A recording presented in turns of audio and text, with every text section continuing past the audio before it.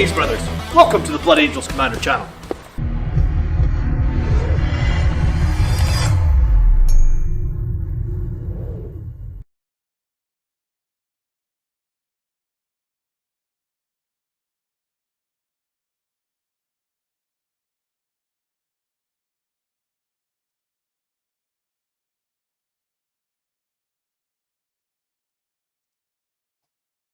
What's happening, dudes? Good evening. Good evening. I wanted to get on earlier, but I just bought some new software for my stream. So hopefully this is a new camera. Hopefully it looks less laggy. Hopefully the autofocus is better as well. Just move this light a tiny bit.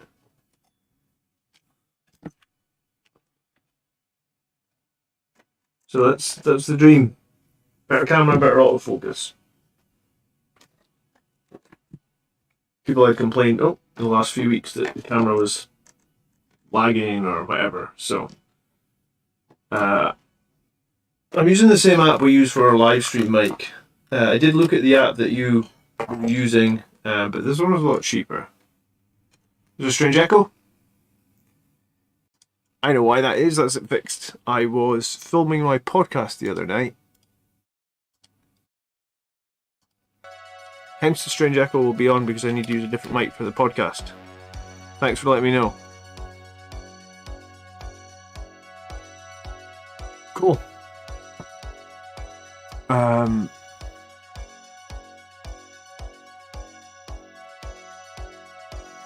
Perfect on the second monitor while I play Battle Sector. So I got some painting to do because I'm going to GT next weekend.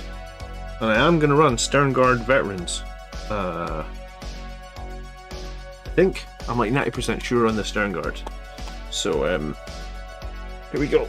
And I can shake pots of paint with my right hand. My weekend has been great. I don't know if you saw the football score, but someone's topped the league again. Feeling good. But yeah, it's been apart from that, weekend's been fine, I guess. Got the new Strike Force.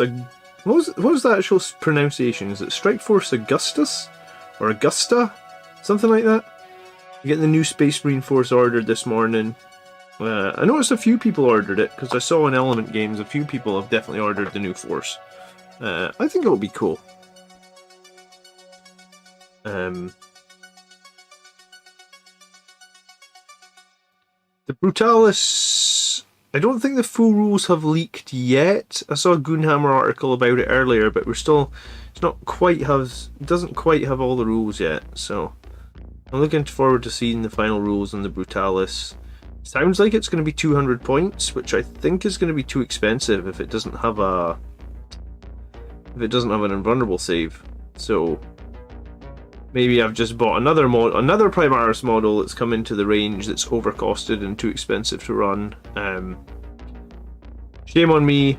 What does they say? Fool me once, shame on you. Fool me twice, shame on me, sort of thing. I guess we'll find out, huh?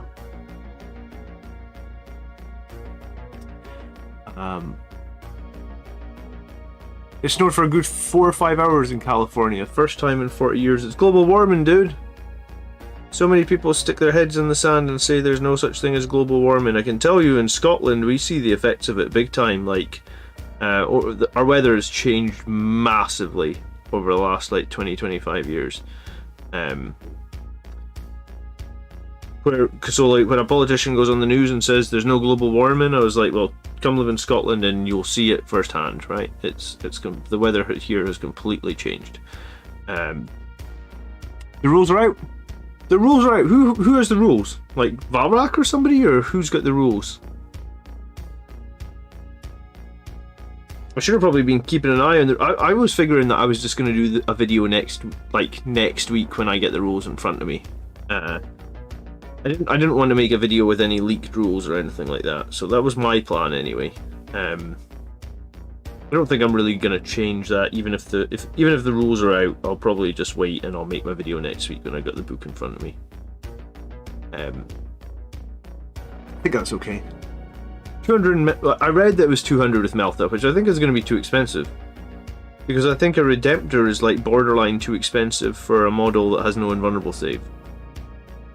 Like, to just basically lose a 200 point model and not even get to roll a saving throw is pretty dire. I don't know how you guys feel about it, but I think it's bad.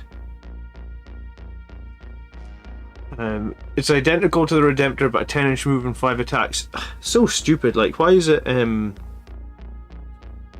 extra movement than the Redemptor? It makes no sense, does it? It's got more armor than a Redemptor, so arguably it should be slower. Who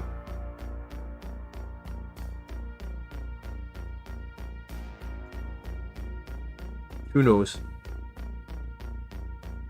I don't know if a 10-inch move really helps a dreadnought like that, though. Like, if it's got no invulnerable save, how are you getting it across the board? You probably want to take the Meltas. It's a bit silly as well that the Melta version is probably going to be more reliable than the actual Redemptor Dreadnought, because the Redemptor Dreadnought's weapon is D6 shots. So it's like, it's basically nullified. It's basically making the Redemptors useless or pointless, or... I don't know if I feel great about that. I've got 3 Redemptors. Auspex Tabletop Tactics did a full video on them. Okay, cool. Probably watch that tomorrow then. I was too interested in the football today. And also had to look after my kids for most of the day, because my wife wanted a break from the kids, I guess, so... I was lucky that I just saw the football, to be honest. Robert sent me the Discord rules. Thanks, Robert. Suppose I might make a video on the Brutalis, but I don't know. I maybe wait. You're gonna have to likely take Psychic Fortress and pray for 5 ups. Yeah, I mean that's one way of doing it. It's a bit. It's a little bit annoying that to make a 200 point model work, you need like another 120 point 120 point librarian, give or take, with Psychic Fortress. So you got to spend command points on them, and then if you go second, then they get to shoot you for free. 15 per mil. I mean, what's the default loadout? A heavy bolter? Is that what is the heavy bolter what the Melta is replacing?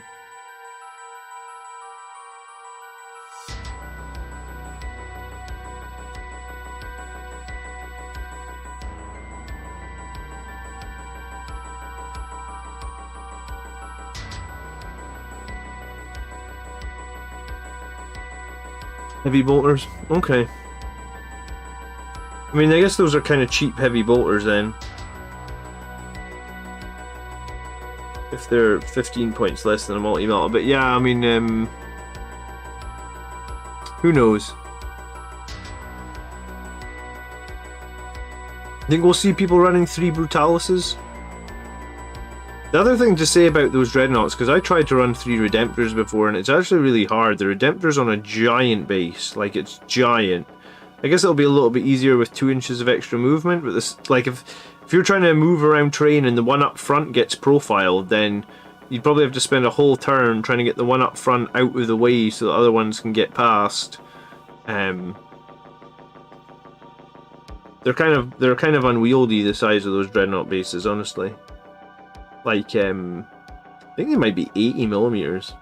Someone would have to check that, but they're giant. The Redemptors are on giant bases. Yeah, don't be dropping models, John.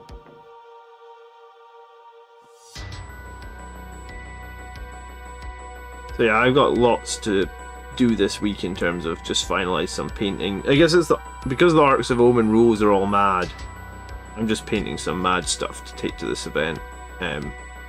So this will be a very, very strange Blood Angels list. I'm not sure it'll have the power to win the event, but what it'll have the power to do is have a lot of fun, and also no one will know how the hell to play against it.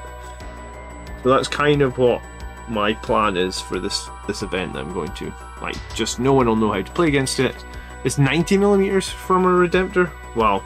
Yeah, who said they were going to proxy it? Cambo. Yeah, Cambo, you should 100% like proxy Redemptors for a few weeks and see if it's worth it. I bought the box today. I know a few other people did. But before you go and spend like I don't know, 100, 150 bucks on Brutalises. Definitely proxy them with Redemptors and see if you like them, because I proxied I used my Redemptors one time to proxy Tactical Warsuits, and I'm so glad I did, because I thought afterwards, I was like, thank God I didn't buy Tactical Warsuits. These are absolutely garbage. So I saved myself like $100 and a lot of time, I suppose, putting all those Tactical Warsuits together to just be like, wow, these are garbage. I think they might be okay for Ultramarines, Tactical Warsuits. I don't think they're great. How did you rate the drill the other night? I mean, the drill would have been fine overall, but I mean, here's the thing. I was playing against Mortarion, and Mortarion just kills anything and everything. Not Mortarion, sorry, Angron. Greetings, Island Phoenix, how you doing? So I think the drill on its own is fine. I think a Charix Siege drill is pretty useful. I think having a way to give it a 7-inch rerollable charge is also pretty useful. I think Sternguard Inside are pretty useful. I think a character to buff them or whatever is pretty useful. But I mean, when you've got Angron running around the board, Angron will kill anything, right? When Andrew played Brett the night after I played Brett, Andrew said every single time Angron made a charge into one of his units, he just said, right, I'll just lift that unit off. So like I mean, he still actually beat Brett with Iron Hands, but every time Angron made a charge, he was just like, okay, I'll just lift the unit off. Because, like, I guess he just didn't expect the unit to live, and he was like, yeah, fine, I'll just, it's just dead, no problem. But, I mean, Angron has that many attacks that typically anything he charges will be dead. I mean, we've got nothing that can survive against Angron. And we've talked a lot since the game about like how do you deal with Angron, because he just does so much damage and he's revived all the time, and the way that we thought the best way to deal with him is to put him onto lowest bracket and then ignore him. How easy that's going to be in a game of Warhammer 40,000 with like variance and damage rolls and all that, I have no idea. But Angron is a fucking monster. I mean, his datasheet says he's a monster, but he is literally an absolute monster. A few of us actually think that he revives too cheaply as well, and maybe think his revive should maybe be limited to like once per game or something, because just basically every single time he dies, it feels like the World Eater player has enough to just instantly revive him, which at that point is like, what's the point of even having it as a mechanic where you have to build up the points, where if every time you need to revive him, you just have all the points you need to revive him, right? Great videos with Sam this week. Oh, thanks for that, dude. I know people really liked hearing Sam's opinion last time, so it's good to reach out to other players every now and then, I guess. I see a bunch of people actually, like, I think Sam got like 100 subscribers from it, so anyone that subscribed to Sam, good for you. It's nice to like help other people in the community now and then as well. I've helped out a few channels like since I started mine, so and I just hit 12,000 subscribers today actually, which is pretty darn cool. When you get to 500 subscribers on a channel, YouTube send you an email saying that you've now filled a jumbo jet with your subscribers. Like one jumbo jet is 500 people. So I've always just used that as a milestone. So now my subscribers fill 24 jumbo jets. So when you go to a giant airport and you're in a terminal and there's like 24 gates, just imagine that's how many Blood Angels fans we have, which is fucking crazy. I mean, thanks for the support, but I mean, that's like it's almost like an unfathomable number for me, right? Like, the football team I support in Scotland only has like 14,000 seats in their stadium. So, like another year and I'll smash that, I guess. But yeah, it's cool. Appreciate it. Now what I need is I've got a good number of members. Like, there's a lot of people with green names in the chat, but what I need is like 12,000 members. That would be the day, wouldn't it? Then I would just do hobby stuff all the time. Obviously, except when I'm like with my family and stuff.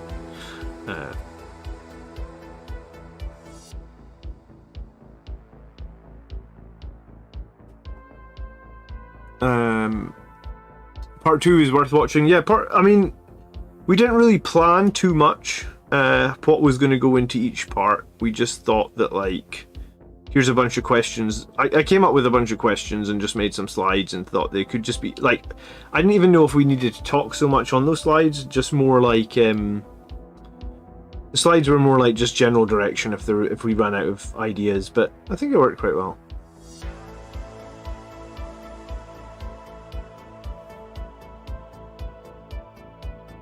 So I'm just going to try and get like 3 colours on a bunch of models here fairly quickly and averagely, and I might not do a battle report next week and just spend an extra evening painting. What's funny is I spent like the last 2 or 3 weeks painting Terminators because I was like, yeah, the second Terminator Assault Squad, they're going to be pretty cool, and now I think I'm not running them. So they got halfway, as what always happens with my models, and then got put back in the drawer to be picked up in a year's time when Terminators are semi-decent again, I guess.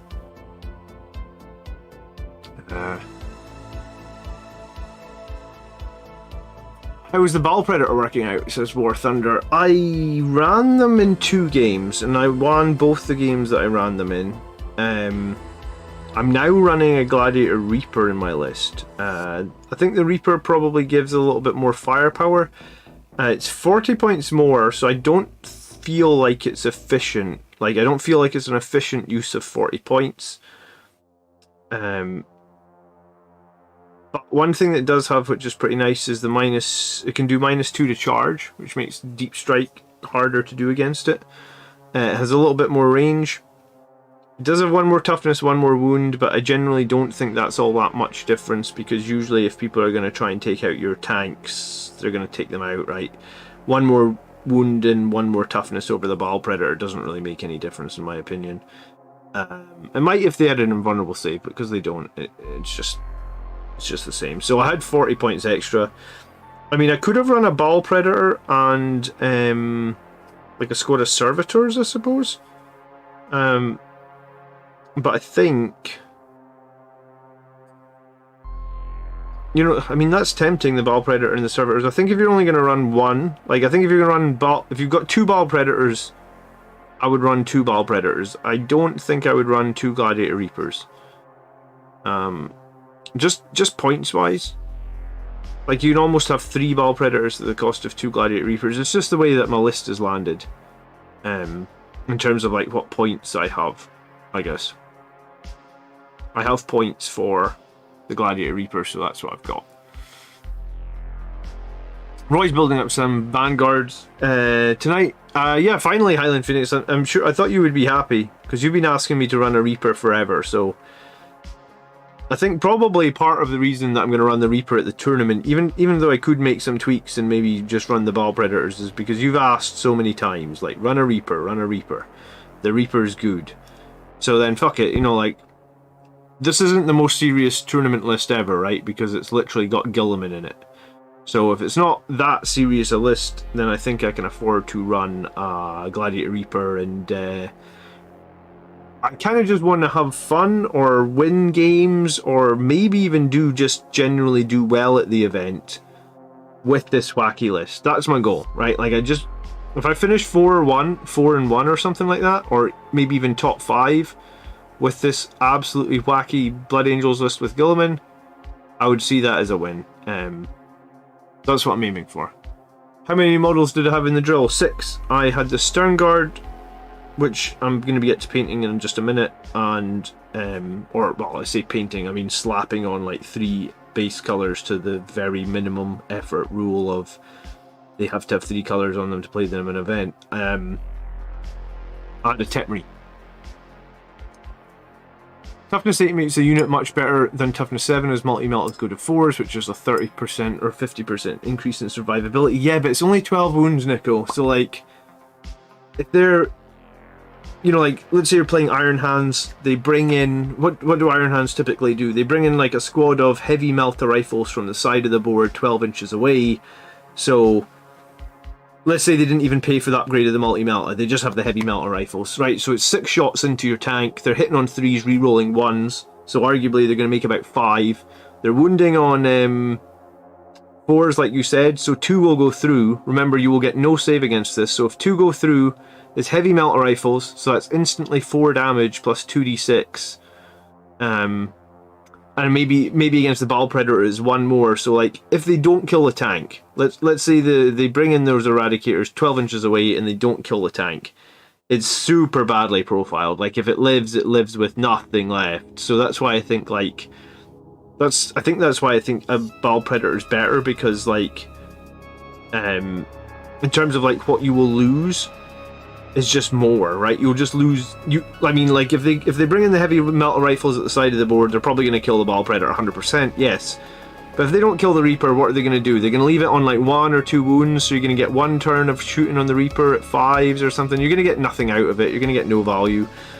So that's why I actually think, if I had the points in my current list, I would run. I would keep running the 2 Bile Predators, but I just don't have the points, right? Might be worth swapping the Bile and going for Servitors to occupy the drill. I mean, Servitors could also be in strategic reserve, right? So, like, Servitors can come in from the board edge and try and score me some points like that as well. So, yeah, I mean, both really are options, Mike. I think I'm just going to run the Reaper, though. You know, I mean, I bought the Reaper, right? I paid someone to paint it for me. So I probably should just run it. And, like, let's be real, no other Blood Angels, like, I don't know the facts, right? I actually don't know the facts, but I feel like if you went and took like a snapshot of Blood Angels players worldwide right now, I bet you no one's running Reapers to tournaments. Everyone's still running like 3 Sandguard or 3 Death Company. Maybe some people have switched to bring some Terminators or Blade Guard Vets or some stuff like that. No one's running a Reaper, right? So if I could win an event or do really well in an event with a Reaper, I think it would be cool. So that's where I am. I prefer the Bile Predator. I prefer running 2 of them, but I'm gonna run 1 Reaper because that's what the points have, and no one's running it. And I like making my own lists. I'd rather do badly with a list I made myself than copy a list off the internet and win an event, I think. And as much as I do actually want to win an event, right? I mean, I've won a team event now. I'd like to maybe win a solo event sooner rather than later, but that's what I'm thinking.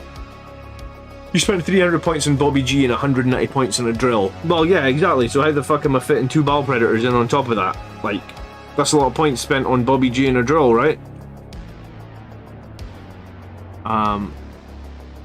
Profiled Reaper is better than a destroyed Bile, but is it worth 40 points, I guess is my question. Nico, coming in with a company champion membership. Nico, thank you so much, dude.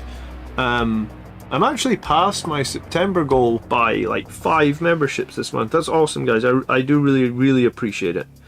You guys helped me do my hobby stuff. I ordered that Strike Force Augustus box this morning. I also ordered a new paintbrush, so all your memberships and stuff go towards that. And also that green screen that I just ordered last month. I've been really enjoying making videos on the green screen, actually. I think it helps with the style of video that I make, like when I'm presenting numbers and stuff, just being able to like hide myself down the bottom and have the green screen up. I didn't use it this week, obviously, but I've been using it in a bunch of videos, so thank you so much for becoming a member. You're a legend, Nico, thank you.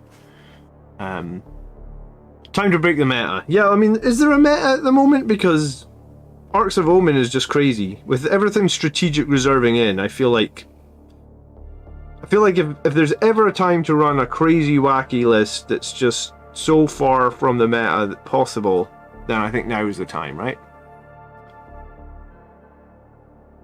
I think that's the thing, Highland. I have to have the Whirlwind. I feel like there's matchups out there. For example, like if I play Iron Hands, I don't know if you watched the battle the other night, but when I went to charge as Devastators with my Blade Guard, I think it was a squad of I think it was 5 Blade Guard charged the Devastator squad that he had, and I used transhuman on them as well when he charged because I was expecting him to overwatch, and he still killed 3 Blade Guard veterans. And Blade Guard veterans get a save against those meltas, so like if you charged a squad of Devastators, Iron Hand Devastators with like Sangre Guard or Death Company, and you can't get them from an obscured position, there's a very good chance he could kill all 5 models. Like, very high chance, because he can hit on 4s re-rolling 1s, and then he can wound on 2s.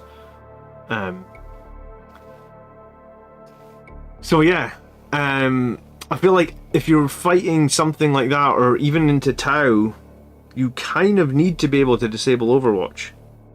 Some people argue like, hey, you don't need that. The Whirlwind is only good in some matchups, and I do agree. It is only good in some matchups, but when you need it, you really badly need it. Nico is bringing a Thunderhawk to Warhammer World in about 2 weeks, so it's definitely time to do something weird. Right on, dude. And what's inside the Thunderhawk? Like, I don't own a Thunderhawk, right? But like, if I remember correctly, they transport like 30 guys, is it? And can they also take some dreadnoughts, maybe? What you got inside it? I guess it's strategic reserving, right? Chris says, nice to see you again, John. Finally got my army out of the box after almost a year and 3 moves, building some armigers right now to complement the angels. I think armigers are awesome. I think when I was speaking to Sam this week, he was saying that he thought maybe what might be awesome is like Guilliman with Helverins and like Monster Hunter or something. I do think that could be a cool combination. I like armigers. The last solo GT I went to, I actually ran 3 armigers on my list. And I just wanted to do it again a little bit out of experimentation, and also maybe because at that point in the meta, everybody was just running 3 Sandguard, 3 Death Company, and well, that's fine. Well, I mean, it was probably the strongest list. I didn't feel like the tournament that I went to typically had enough terrain to let you play that. And I've seen some pictures of like some of the terrain they play with in America, and like it is a lot denser than what we have here sometimes in the UK. And some of the I was speaking to Sam, he was saying that he felt that his boards weren't even dense, and I was like, dude, you've got like 4 more pieces of obscuring terrain on your board, and you feel like that's not dense? Like, I'd kill for that much obscuring terrain on the board. It's 800 points in an aircraft, so it must start off the board. Yeah, so you're bringing it in on turn 2, and you're obviously alpha striking something with all its guns.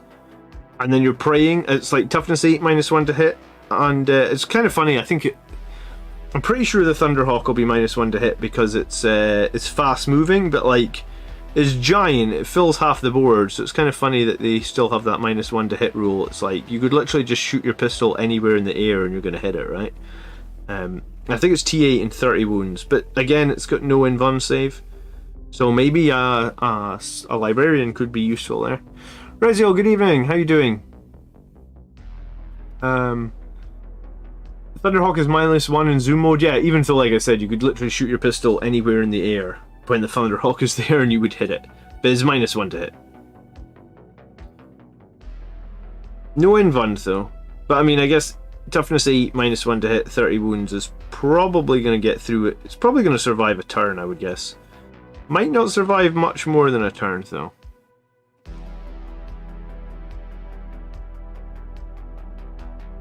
Anton says 40 points extra gives you 1 toughness, double the number of turret shots, and the option to fall back and shoot, giving enemy -2 in the charge. The Gladiator is a no-brainer compared to the Baal. I think if you're bringing 1, yes, the Gladiator is better. I think if you're trying to just, like, if you're trying to keep your heavy support options as cheap as possible, so you can stick as much jump infantry in your list as possible, which is typically how Blood Angels want to play, Anton, then I'm kind of okay with just taking Baal Predators, because you know, 3 of them for 330 points feels pretty cheap, right? That's like 33 wounds at toughness 7 for 330 points, and it's not a bad amount of firepower out of each one, right? Like, it's 12 assault cannons, it's a storm bolter with 6 heavy bolters, so if you put that all together, you get 18 heavy bolters, 36 assault cannons. Just add that up, I suppose. Like 18 heavy bolters, they're 2 damage, that's 36 damage. 36 assault cannons, so that's what, another 36, 72 points of damage. Storm bolter, I'll just say it's on max range, so another 2 shots per ball. So I mean, 3 ball predators is like base 78 damage per turn. Yeah, I mean, it's very unlikely it's ever going to do anywhere near that, but it's not an incost. Like, for 330 points, that's pretty cheap for that amount of damage potential.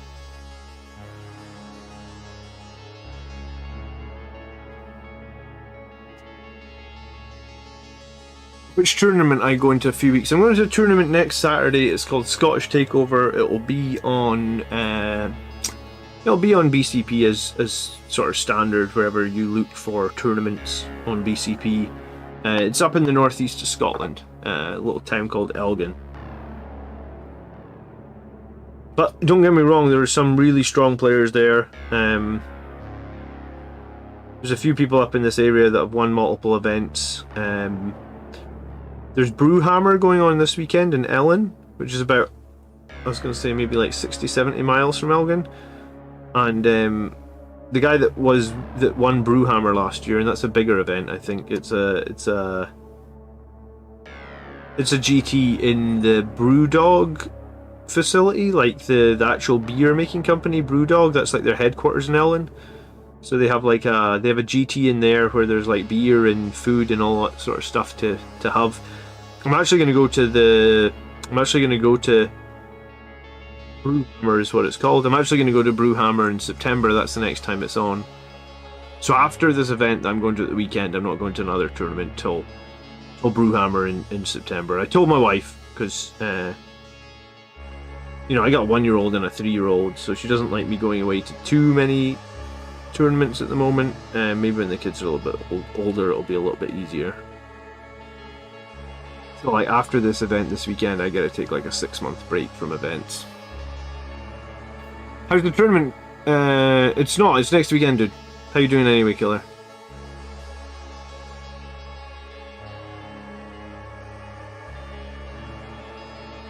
I'm just slapping on some extra colours onto these guys so that they genuinely look like they have more than 2. They just don't look so shit. For the principal, I'm thinking of running 3 Death Company Dreads or 3 Balls. I would run the 3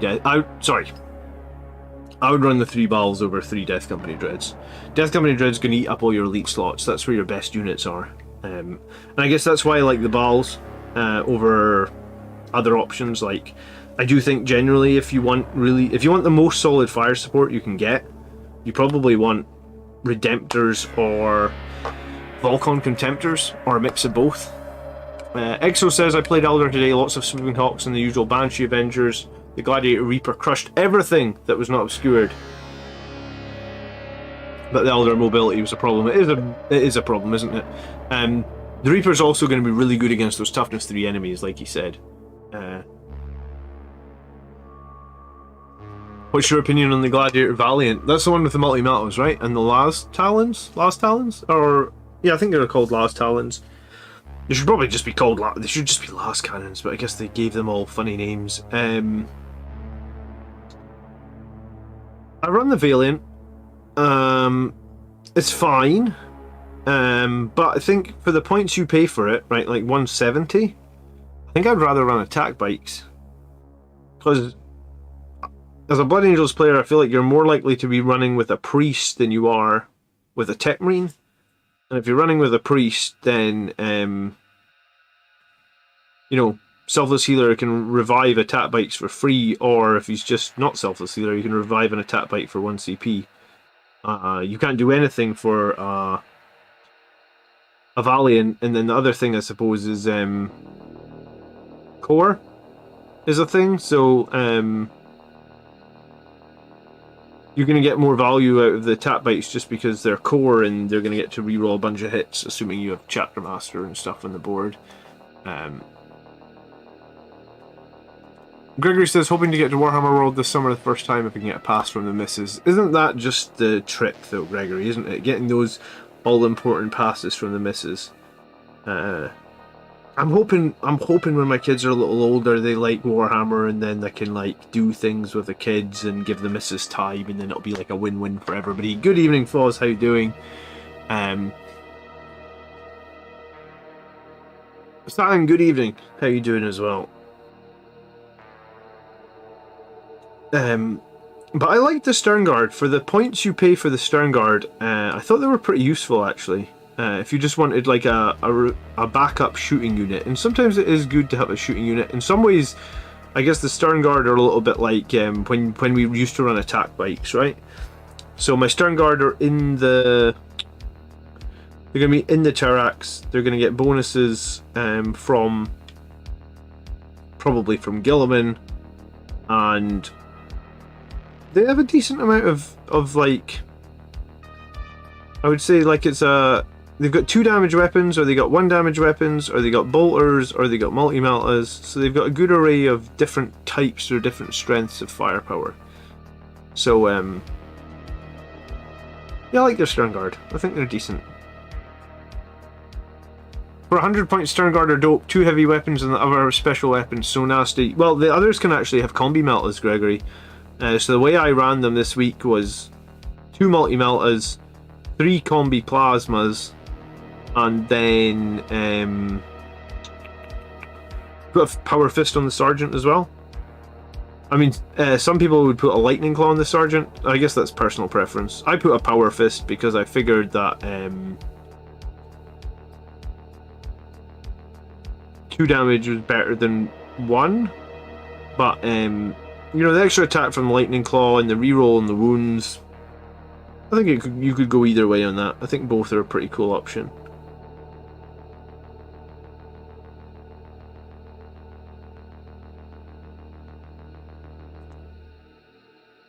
So I'm really not trying to be accurate on any of the painting I'm doing tonight, and I'm really just... I'm not even like looking at the model and thinking like how I'm going to paint this. I'm just picking bits that I know that might be a different colour, and then I'm just slapping some paint on so that I can have them 3 colour ready, hopefully in the next hour and a half. I doubt I'm going to get there, but definitely by next Saturday I'll be ready. Paul says, I've enjoyed collecting Eldar, they're really fun to play with, still squishy though. So you'll never know who win. Yeah. Do you run D-cannons on your Eldar?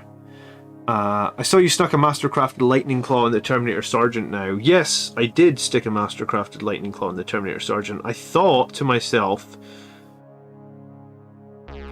because, like... Terminators are kind of the most durable thing we have now, Highland Phoenix, right? And so I like them for being durable, but, like, if you're just going to bring a few guys with Lightning Claws to, like... give the squad a bit of versatility, then when your squad actually comes under fire, you lose. You kind of want to take the hits on the lightning claws because you kind of want to keep the thunder hammers. So I thought to myself, what might be better is do I play Star Wars Legion? I don't know if you can see behind my head, but there's so much Star Wars Legion in this room. I love Star Wars.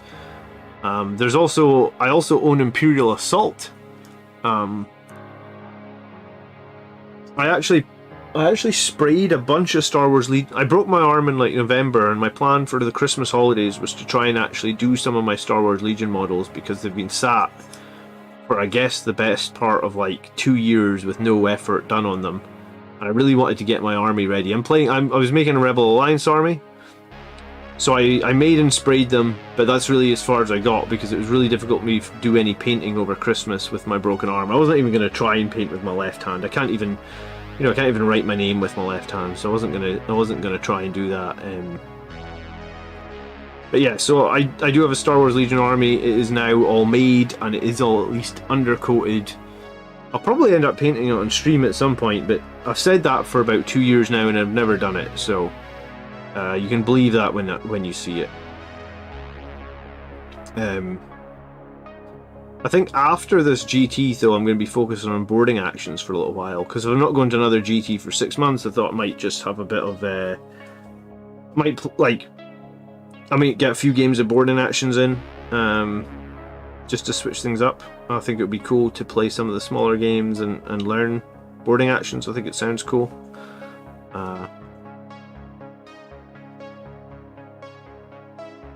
Does Star Wars Legions have Mandalorians? Yes, I have a squad of them.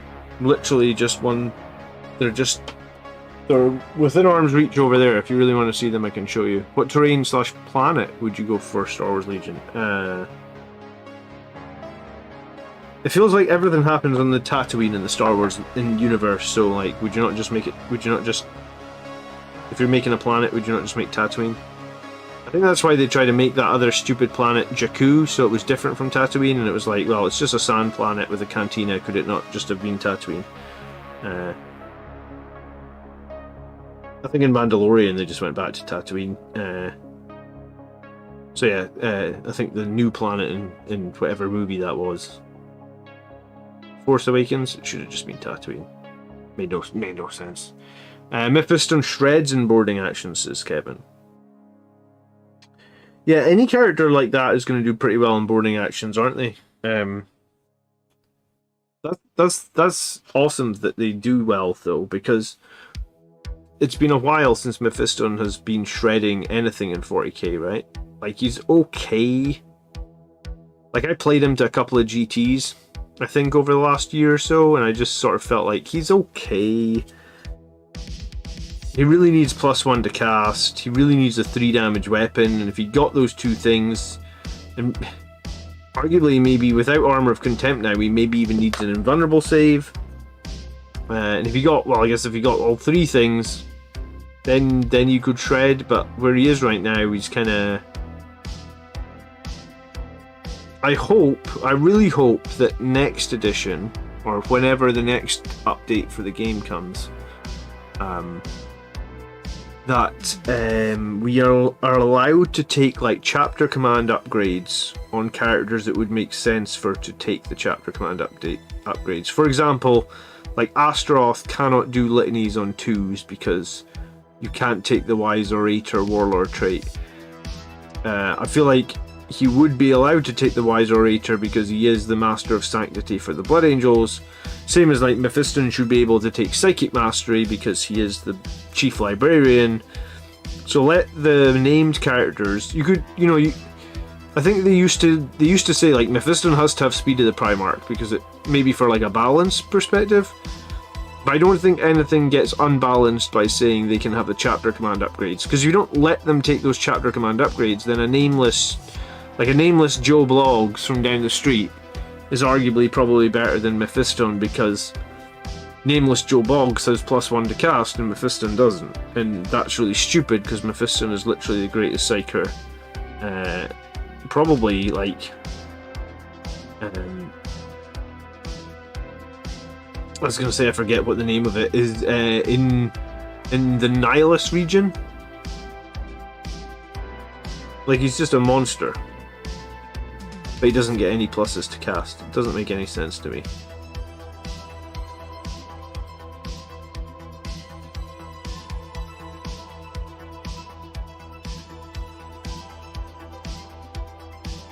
Mephiston needs a refractor field up black. Do you remember some of those old shields that used to get? You used to get a shield, so the refractor field, which used to be a 5-up save, I think when you made the save you had a chance of blinding enemies around you, right? And then the one I always remember is there was a displacement field, which was a force field. I think it gave you a 3-up or a 4-up save. And when you used the displacement field, your model actually got displaced 6 inches. So every time you made a save, your model was displaced 6 inches in a random direction. There was a conversion field that used to... Was the displacement field a 3-up invulnerable save, or am I remembering that wrong? It's been so many years. I played 2nd edition in like my shed when I was at school in the 90s. So yeah, it's a long time ago now.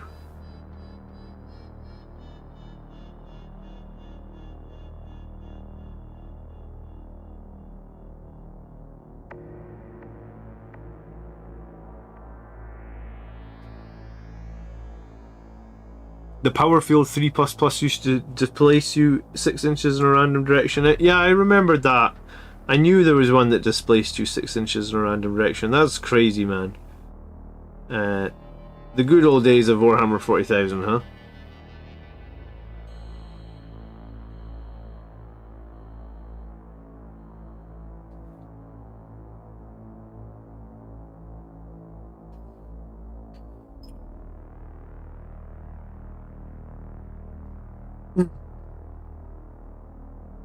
Might have been displacement field in name. Yark's power field reduced the strength D6, if I remember. Oh yeah, I remember things that would reduce strength or buff strength now that you mention it. Guys, if you're having fun tonight, you're hanging out, hit the like button before you leave. I do appreciate it. I will when I finalise my list for the GT, I will post it, and then I will do some sort of battle breakdown on how I did as well, with sort of this crazy Gilliman list, whatever you want to call it.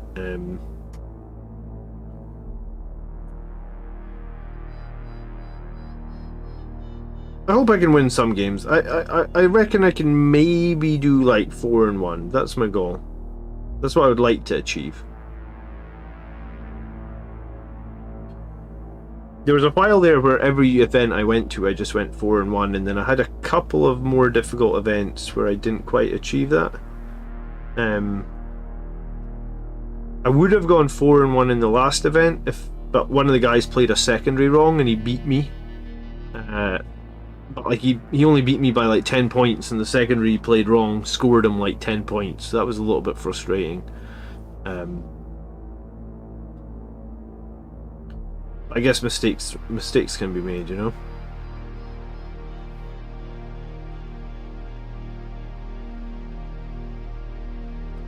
That trail had a beginner game from 500 points. The guys wanted to bring in Redemptor. His mistake. Yeah. I mean, a Redemptor's probably actually really good in 500 points, assuming that they don't have much that can punch through its toughness 7 -1 damage and its armor save, right?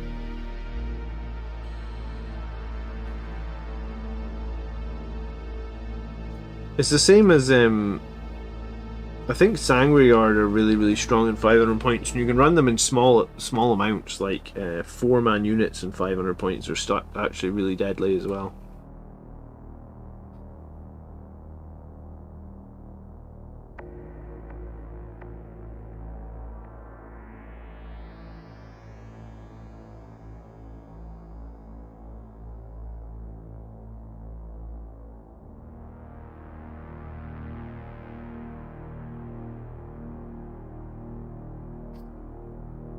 Duke a Captain, 5 Sangreguard, a Redemptor, and Aggressor squad. Yeah, I mean, that sounds pretty good. I assume the Captain had a jump pack or was on a bike or something, so you could keep up, right?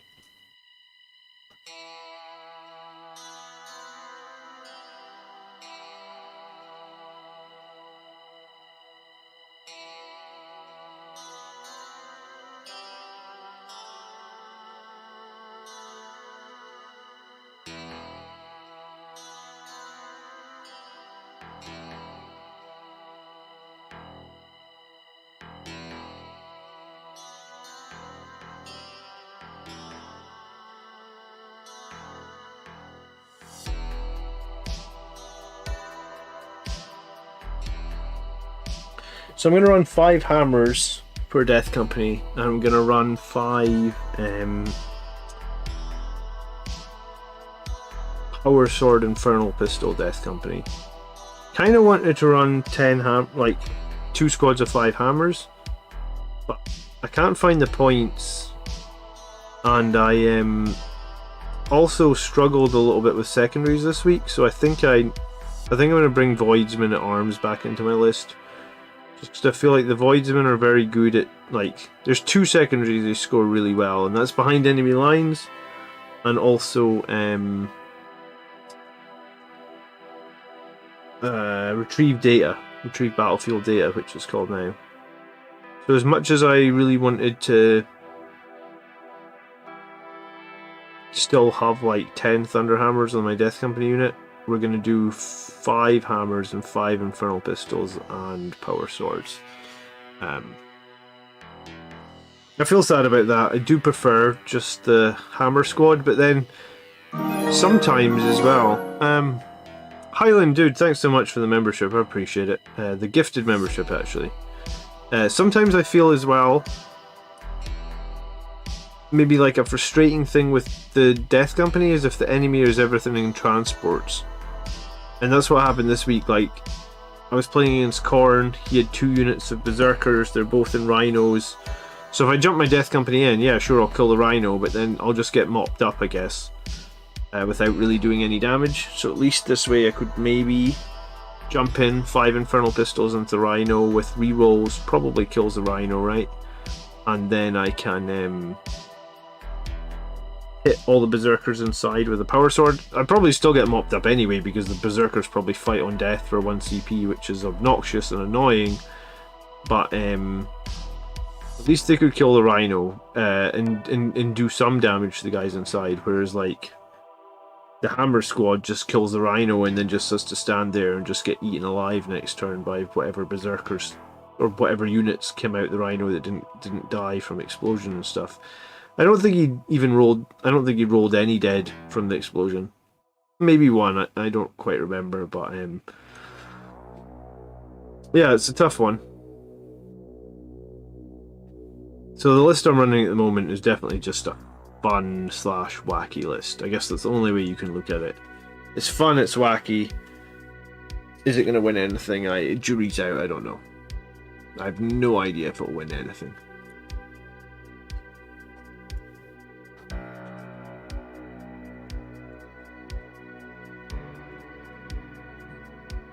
I think the chat with Sampy might be better to run 2 Sangry Guard over 2 Death Company, 1 Death Company always, but Sangry Guard even without AOC are still good. Again, I've got no points, but you could be right. You could be right. Trading is where it's at. Trading is where it's at.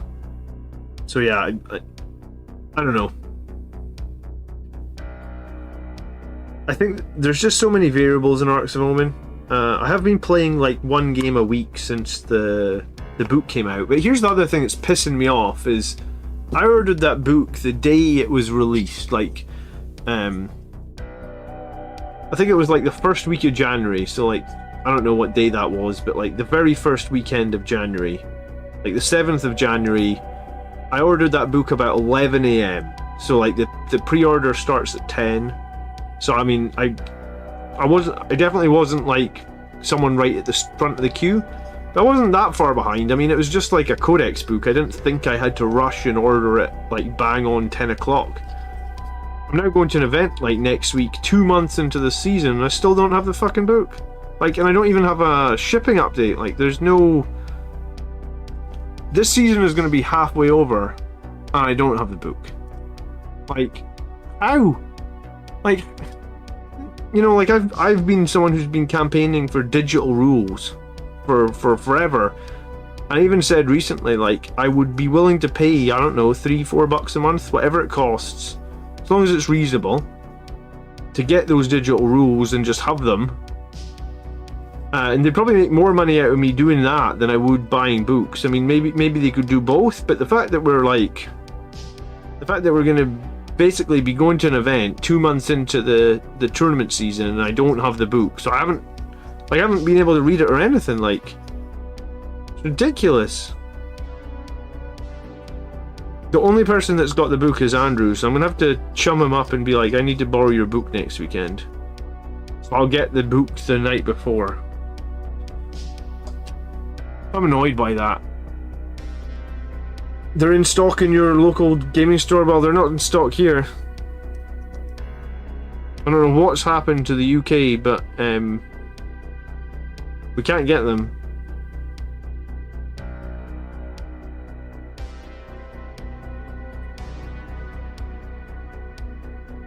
Robert's not got his book either.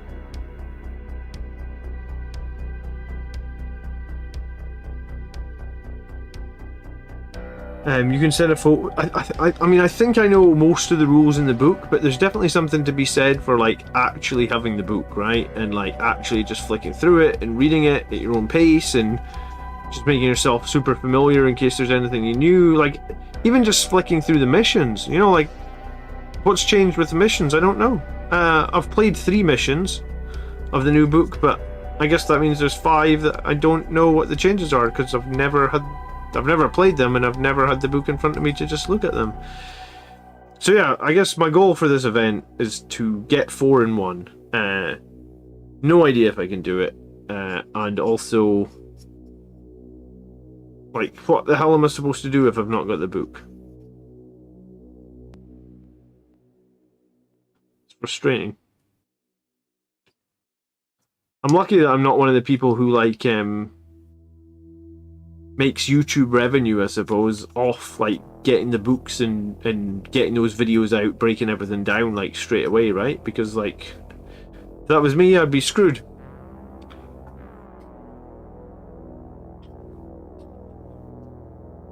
Good evening, Maverick. How are you?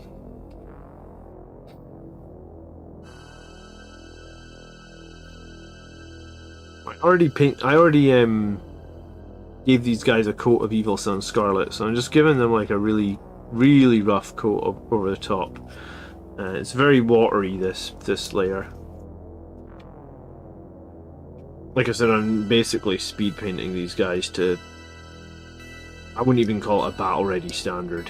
Speed painting them to a standard that means that there's 3 distinct colours on them and I can play them at an event.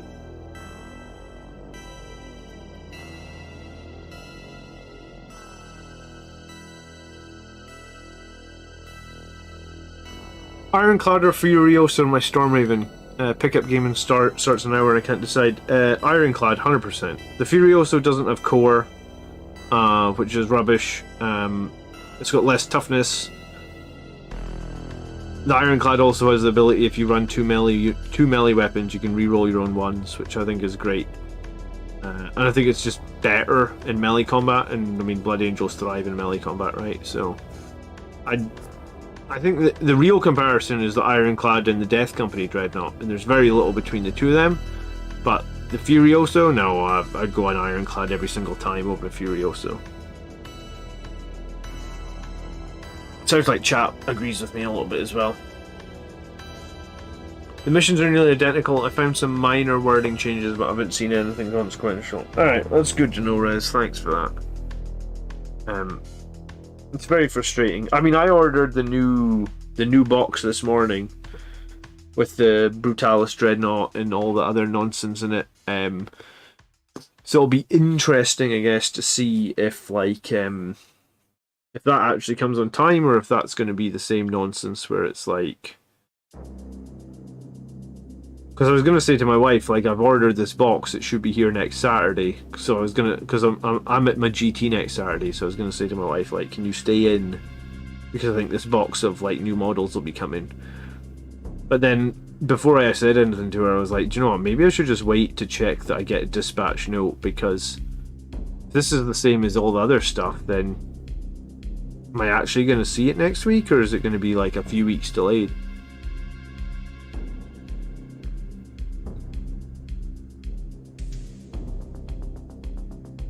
Who knows, I guess, right? Is it just a UK problem that we're having?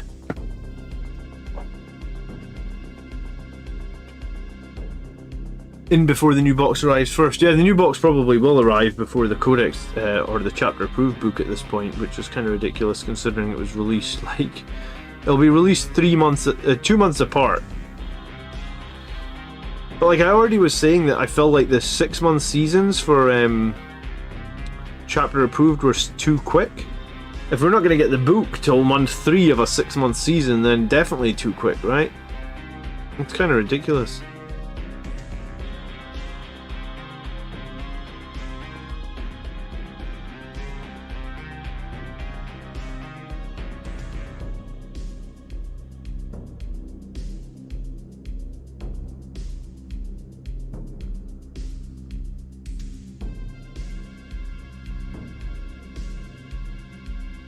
Hey settlers, good evening. I'm struggling to redo my Arcs of Omen Dark Angels list right now, including Lazarus for some mortal wound defense.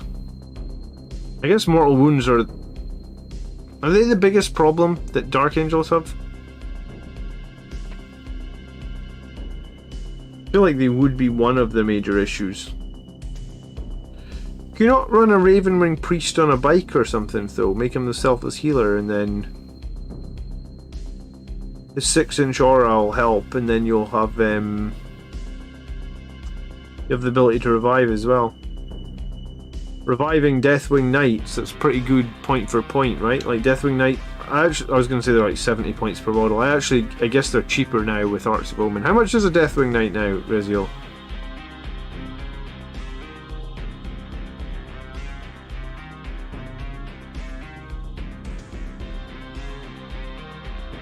You're running the Ravenwing Apothecary? Nice, yeah, so...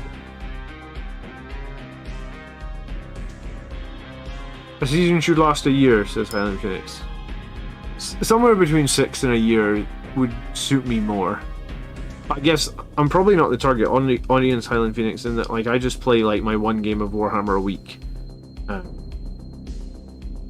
Andrew's always asking me, he's like, can you not play more than one game a week? And I was like, yeah, I mean, if I want my marriage to work, no.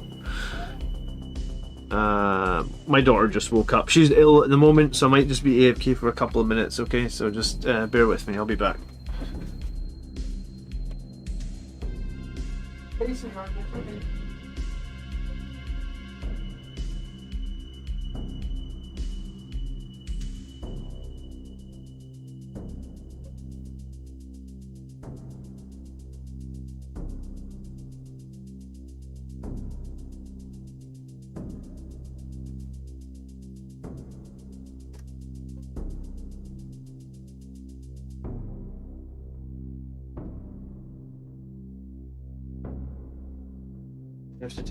Just tell my friends.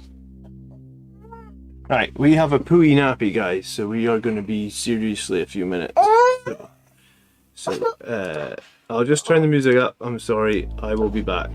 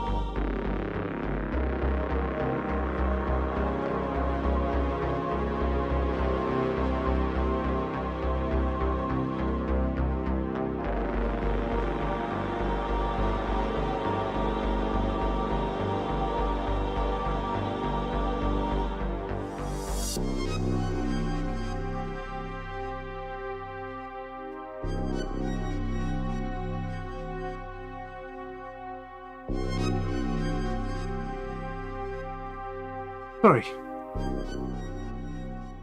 I'm sorry. Hello, everybody.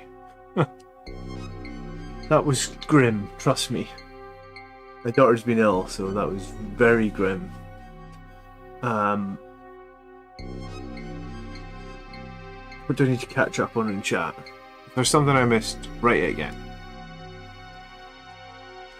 Sorry about that. I have no idea how long I was gone. Long enough that most of this paint has dried out on the palette. Nice. That's fine. Whew. Kids, man. Have kids, they said. It'll be fun, they said. Who said that? Who the hell said that? And why did we listen to them? No, it's good. It's good.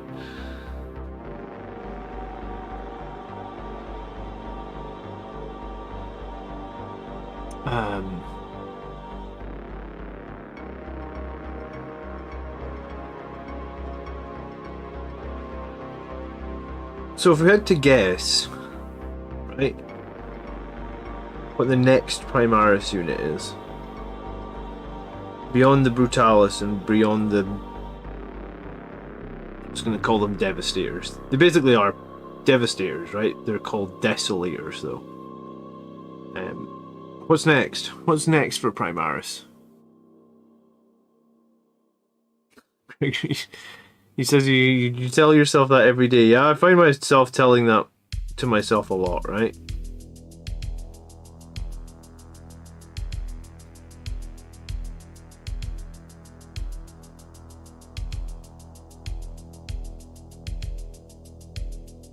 I think it's going to be Primaris Assault Marines with jump packs.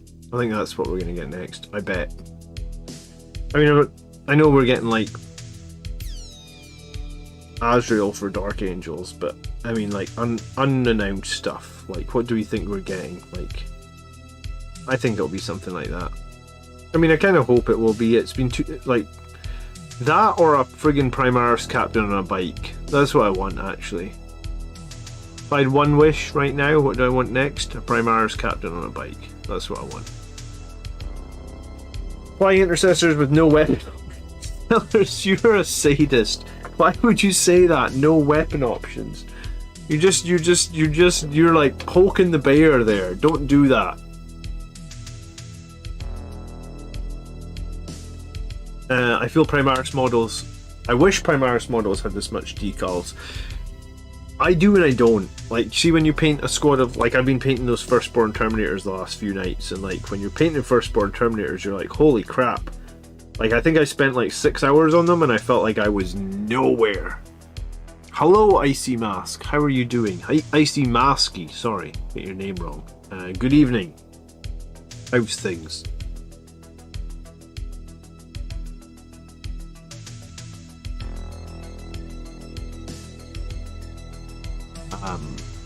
Highland says Primaris Terminators. I mean, the rumour is Highland we're going to get more Firstborn Terminators. The Firstborn Terminators are getting a new kit, and I prefer that idea than getting Primaris Terminators because I don't want the 30 or so Terminator models that I have spent time and money on becoming obsolete. So if they're gonna, I'd be much happier with like a new cooler kit, maybe some new weapon options for the Firstborn Terminators that I don't have. I could get all on board with that.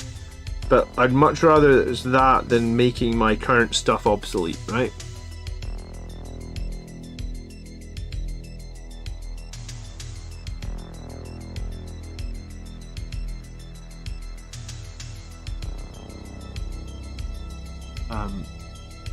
Hope GW doesn't think of ways to make Assault Marines dumb, like by adding another bolt weapon variant. I mean, there's enough bolters. And the bolter isn't any good anymore, right? There was a time where the bolter was like the pinnacle of 40k. The bolter's just trash now. Even the fancy bolters, like Angelus bolters that the Sanguinary Guard get, aren't that good in my opinion. That's why on my list at the moment, I don't have any Angelus bolters. I just lost them all for Infernal Pistols. I'd rather, like, take the leap of faith with an Infernal Pistol. That's why Tartarus Terminators are the best. I don't own any of the Tartarus or Cataphracti ones. You know, at some point I'm probably going to get a squad of them. I'll probably get a squad of everything the Blood Angels own at some point. And I have found a really, like, for a while there, I had a good commission painter, and then he kind of went the way of the dinosaur. But I have a new guy that does commissions for me, and I actually filmed an unboxing video this week of my latest commission.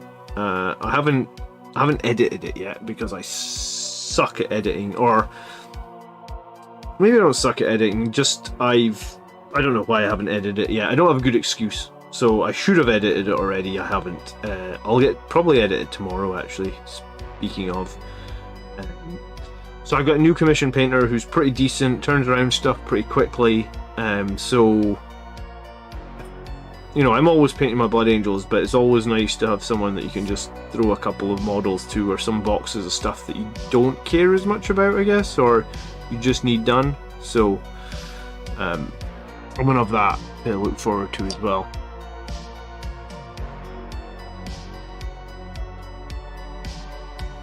Icy says he's been working on Night Lord Sicarian. As of late, it's really cool to catch you, and your videos have really helped me with my Blood Angels list. Dude, you're most welcome. It's really cool that you guys have all subscribed. I just hit 12,000 subscribers today, which is a number, if you asked me when I started this channel, I did not think was possible. So, I don't know where the channel's going to go, but I mean, I do still get new subscribers every day, so it is cool. Bolter has never been the pinnacle. The lasgun was always better. Really?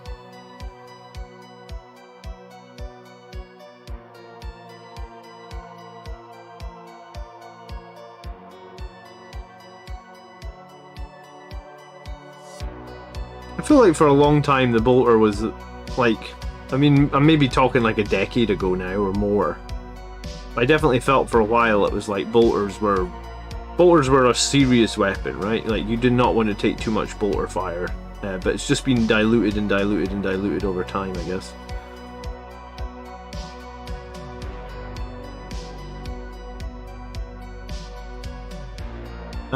Just convert the Crimson Paladins. I do, you know what, I do love those Crimson Paladin models. I love a lot of the Forge World models, but like, I'll tell you right now, I hate working with resin kits. I hate working with metal kits. The other night, it was one of these Sternguard. It was this guy. This is a metal multi-melta. And the reason I know it's a metal multi-melta is because it didn't have a matching backpack. So there's just a big gap here, right? The multi-melta barrel, like, this just, you know, I'm just making do with what I had, right? Like, I had this metal multi-melta and I needed it on. And it was actually this arm I was trying to glue on. Look at the state of under here, right? Like, it's just a mess of like all the hardened glue. I was trying to glue like an arm on and I didn't have the right arm. So I was like cutting these other arms to size, trying to get them to stick to the damn metal multi-melta, and I'd used so much super glue that it made a huge mess. And when I was having my dinner, I was sort of cursing at how difficult this had been, and my wife was like, you get very emotional about Warhammer making and converting models, don't you? And I was like, I just hate metal models, resin models. If my kids, if Games Workshop move everything to plastic and my kids just get to use like plastic glue and poly cement, I was like, they're going to be so spoiled. They do not know the pain that we will have had to go through with like lead models and all the old metal models. Every time you drop one of them, they break into a million pieces. Like, oh. Primaris Terminators, but they have 3-barrel tornado bolters with a chain fist where all the fingers are chains. Probably some crap like that. I don't know. I'm hoping that we get a new Firstborn Terminator kit. I think that would be super cool, and I think it would show that the Firstborn aren't dead, because a lot of people think that they're dead and maybe don't want to buy more Firstborn kits. I would like it if they could just do both, right? Like, I've never been a Primaris Marine hater or lover. You know, some people hate them because I guess they sort of outperform the Firstborn, and people want to keep their Firstborn Marines. like I said, I've never really hated the Primaris. I've never really loved them. I'm kind of just like, Primaris are a thing. I will collect them and I will add them to my collection, and I don't love them or I don't hate them. But what I would like, what I would love, is if they just proved that going forward we can have both, right? If we could have both, that's what I would love, because that way you keep all the old stuff that everyone's passionate about. You could even release new Firstborn kits and people would genuinely buy them, because there's a part of the community that just only want Firstborn stuff. So if they released like a new Firstborn kit, people would buy it, right? People would be excited about that. But it also means maybe you could like remove the hate of the Primaris, because I guess the people that hate the Primaris are the people that think Firstborn are going to die because of Primaris. So it might, like, strategically, I feel like it's probably best for Games Workshop to do support both, but I'm no expert, right? I just tell you guys what I think. I know nothing. Firstborn are not outclassed by Primaris. I mean, I guess they're not in the rules, but I feel like for a while there that was sort of the direction that was taking, right? Where it was like, if you went and watched Warhammer battle reports, like on Warhammer Plus, the army, like they made a Blood Angels army on Warhammer Plus, they only had one unit of Firstborn and it was one squad of Sandguard. Everything else was Primaris, right? So while they're maybe not outclassed by it, they were definitely pushing it as like Primaris and the new exciting thing, and you should have Primaris Marines, I guess. Right? Would that be fair to say?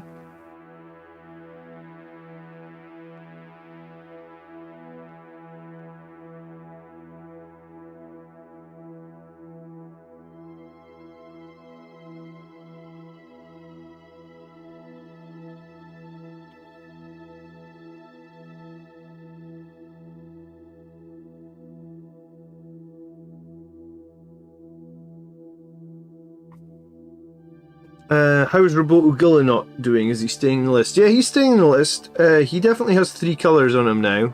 Maybe even like 4 or 5 colours. So I think this is... like, I think I'm going to run the Stern Guard. And I think I'm going to run some of these Death Company. So, I'm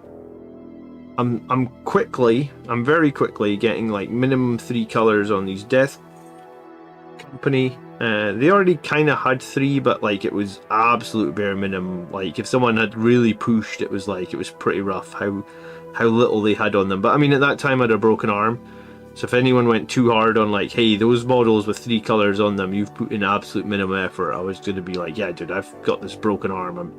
There's only so much I can do. But now that I can do a bit more, I thought better do a little bit more. So these guys have grey, red, blue, black, so they've got 4 colours now. Still not ideal, still nowhere near anything, but it's something. It doesn't. I don't feel like I'm really risking it with how few colours or how little effort has been spent on them, I guess.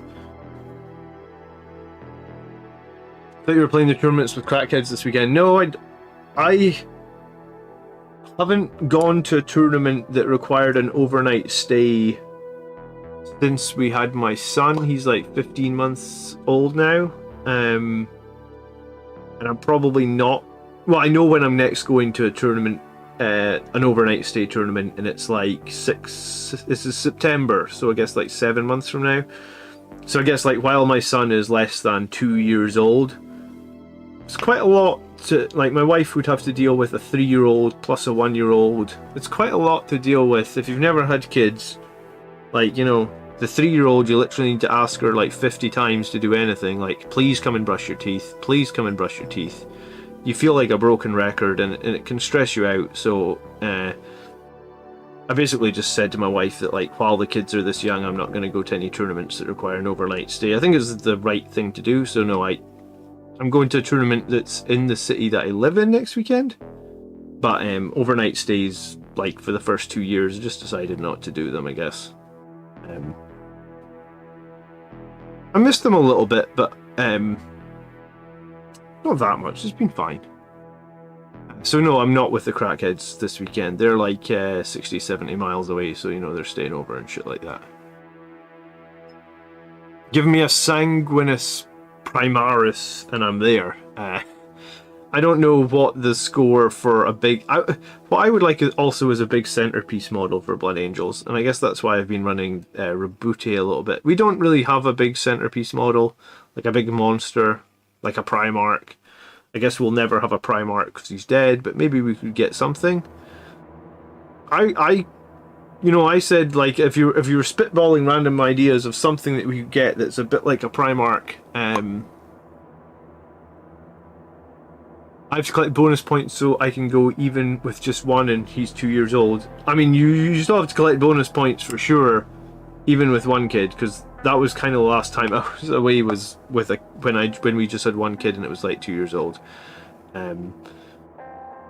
Yeah, if you've never had kids, you'll know how much work they are, and you'll know that if you ever get left with them for like a little while by yourself, it can be pretty daunting. Because my wife, when my son was born, he was actually in intensive care for like 17 days, and so I just had my daughter alone for like 17 days, and like I'd never really had her alone for like more than I guess like 3 or 4 hours, and it was like, oh shit just got real. I've got her for myself for 17 days.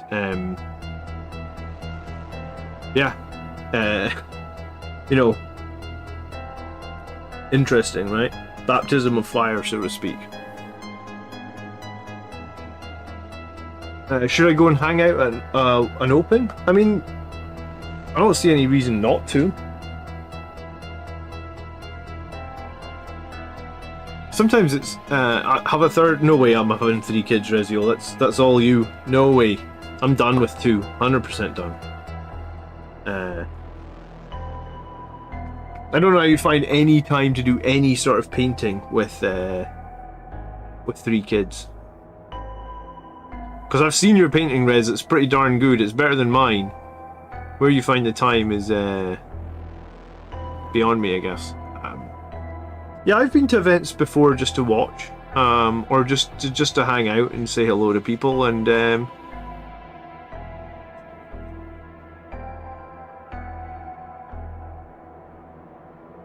if it's an open event where you can just rock up and you don't need a ticket or anything like that, then I would go.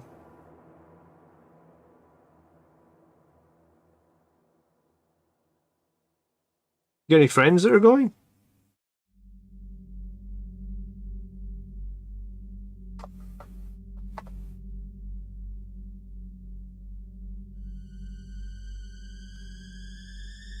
If I could afford it, I'd have 10. You're a mentalist. You are an absolute mentalist.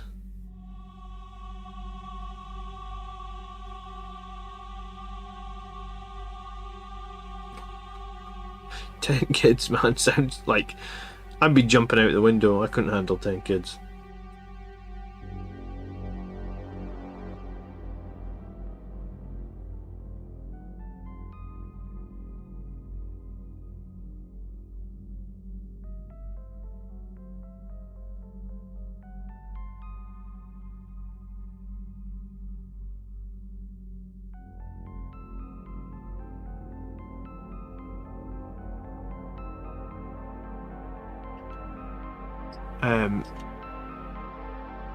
Scouts should be fast attack and have the melta bomb keyword. Do they not have melta bombs? No, Highland?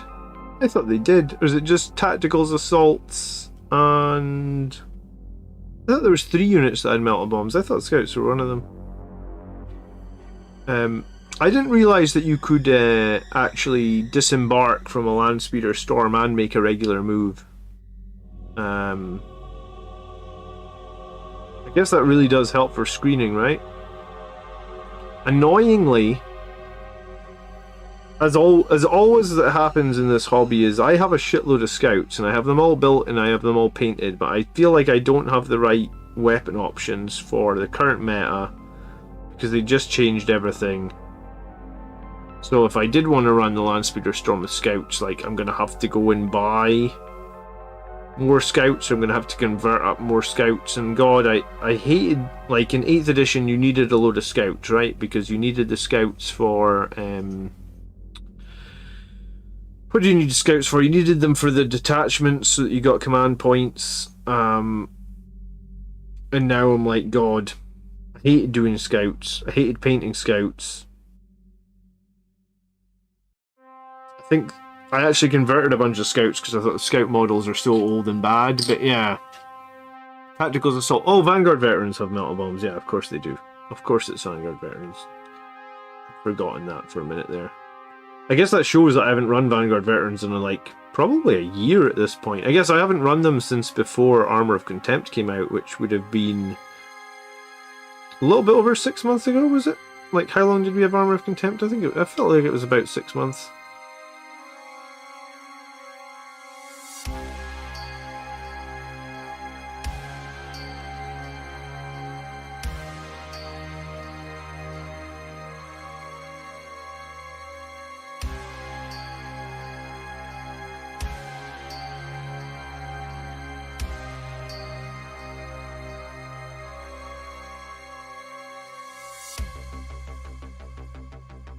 The models are depressing. The models aren't the greatest. I used Palatine Enforcers from Necromunda. If you haven't seen them, they look a little bit like ice hockey players with like sort of like maybe a bit American football as well, like sort of like padded armor. And I did like one squad of regular scouts using the scout models, and then I did 2 squads of Palatine Enforcers using their models. And I do much prefer the way that the Palatine Enforcers look. I use Scouts' faces as a painting challenge. Well, I mean, more power to you. I can't think of anything worse, honestly. There must be no worse model to do a painting challenge for their face. There can't be, can there? Has someone got a worse model than Scouts' faces?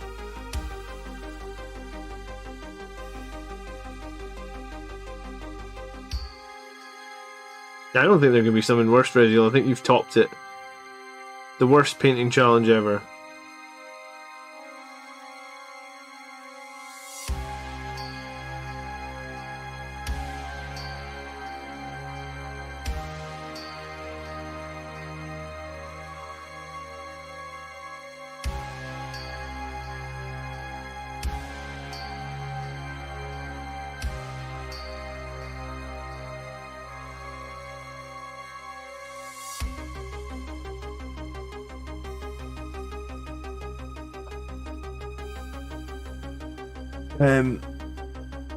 Yeah, the next painting. Well, we're actually going to do a painting competition on the channel now that I've hit 12,000. I need to film a video, so I got a lot of videos that I need to film at the moment. I need some time off my work, honestly, like my day job. But I think I've got holidays till like June, unfortunately.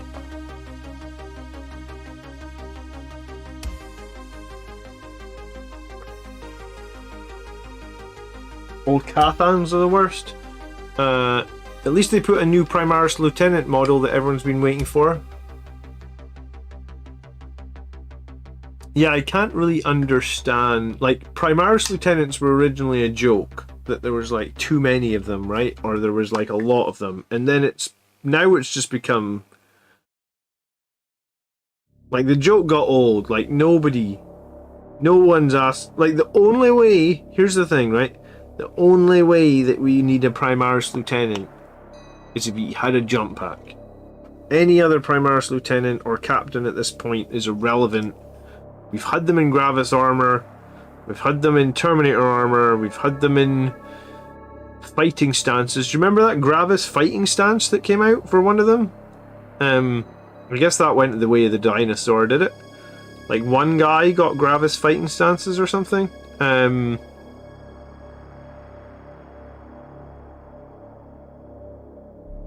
The only way we need a new captain or a new lieutenant or a new Primaris model like that is with a jump pack, honestly. Or on a bike. You forgot the Phobos captain and lieutenant. Yeah, I mean, they're so irrelevant that I forgot them. I mean, they're more relevant for other factions than Blood Angels, right? Because they don't... The Phobos captain and lieutenant don't really do close combat, so that's why they're irrelevant for Blood Angels. I mean, the Phobos captain has like 8 attacks, he just has no fucking combat weapon, right? Or maybe he's a knife that's giving him +1 attack. I don't remember. I think he might have a knife, but like there's no AP on it or no strength on it. It's just a knife.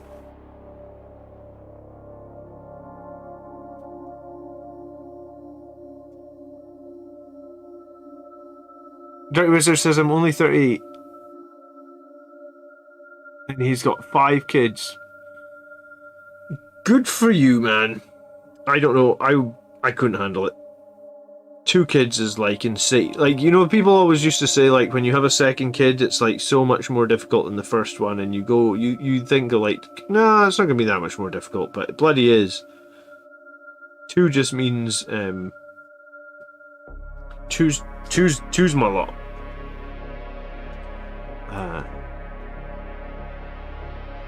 We just need a Primaris jump pack, not a Lieutenant specifically. Yeah, I mean, that's true as well, Sellers. We do just need a Primaris jump pack. Or, we've already got, like, the Primaris Chaplain on a bike.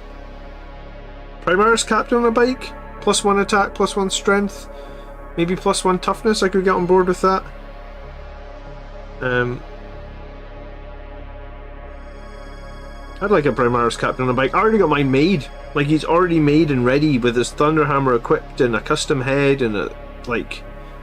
Mine's ready to go. The second they announce Primaris Captain on a bike, I'll just switch and start painting him, because he's sprayed red. He's ready to go.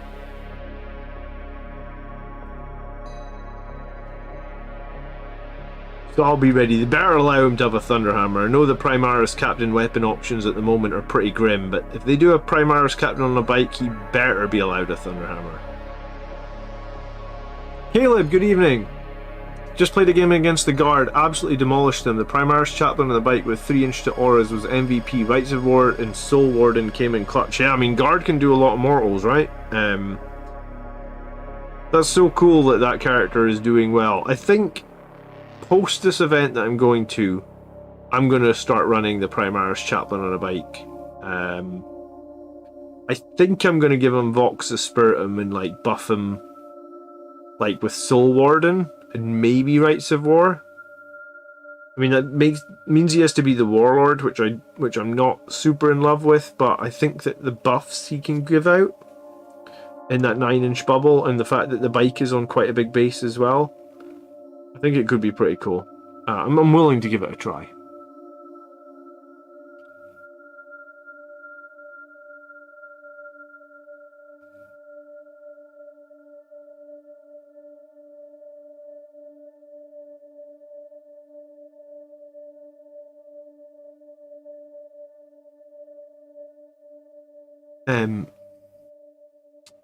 Dirty Wizard and Rez, are you guys in the USA or are you guys in the UK? Well, I know Rez is in USA. What about you, Dirty? Where are you at?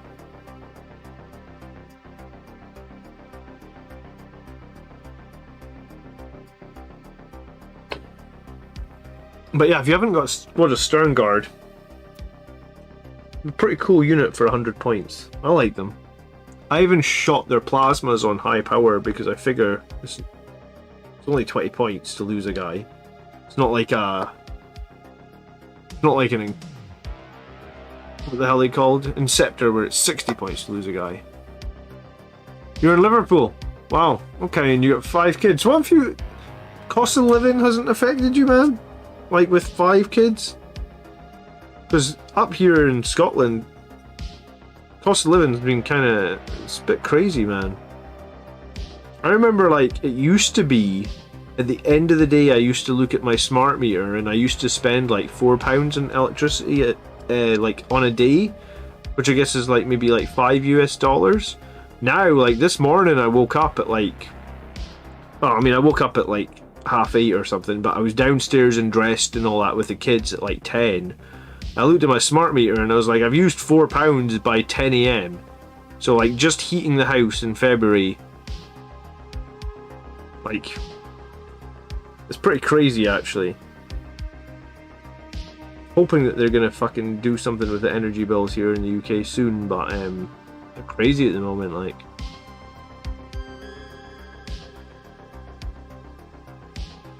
Hopefully, I mean, red or blue is both bad in Liverpool at the moment, or that area, because I mean, both the teams kind of suck, right? Thank Putin. Yeah, I mean, it has been...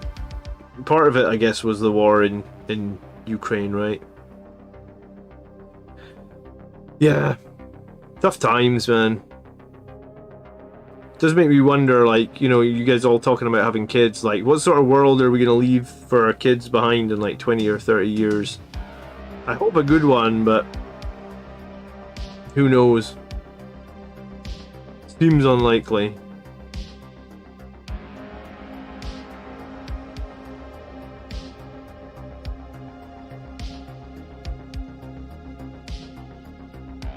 Maybe we'll need to do a challenge on this channel at some point where we do, like, you know how Mr. Beast did it, where you like try to raise money to like plant more trees or something. Maybe we'll have to do like a... we can all get together and we can all put like $10 towards like I don't know, future of the planet or whatever that looks like.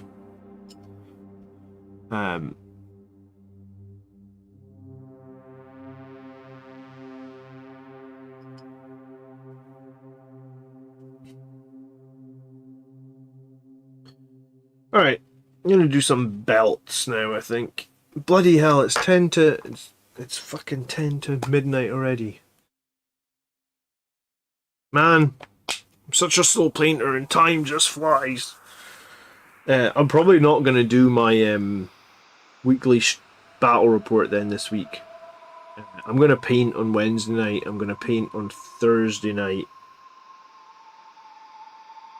Just to make sure that this army is in a slightly better state than it is right now, I guess.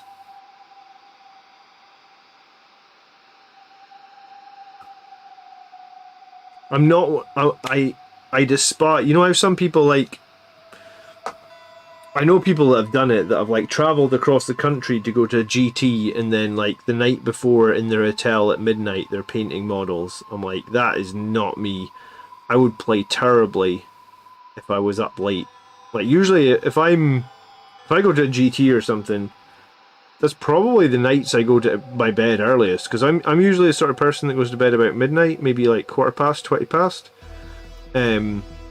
Like if I go to a GT, I'm probably like in bed by like 11 or something, because I'm like, I don't want to be tired at all the next day. I want to be focused.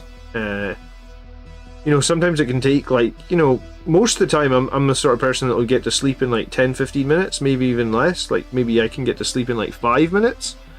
But not always, you know, you sometimes have that random night where it takes you half an hour to get to sleep. Maybe the night before a GT you'd be excited, so you might be expected to just maybe not get to sleep so quickly. So like, I can't imagine it. Like, I can't imagine anything worse than trying to paint 3 colours on models at like 1 in the morning the night before a GT. And I know people that do that all the time. Doing army lists tomorrow. Yeah, we'll do army lists tomorrow. Yeah, absolutely. Might not do them next Sunday. Depends on how fucked I am after the tournament. Because sometimes when I play like 5 games in 2 days, I'm one of these people that eats like little and often. Like, I very rarely have big meals. I always like I just snack all the time, right? Like, if it wasn't for the fact that we had like kids and had like set meal times, I guess I probably wouldn't even eat meals. I'd just eat like, you know, I just go and get like a slice of toast or something, and just eat like little and often.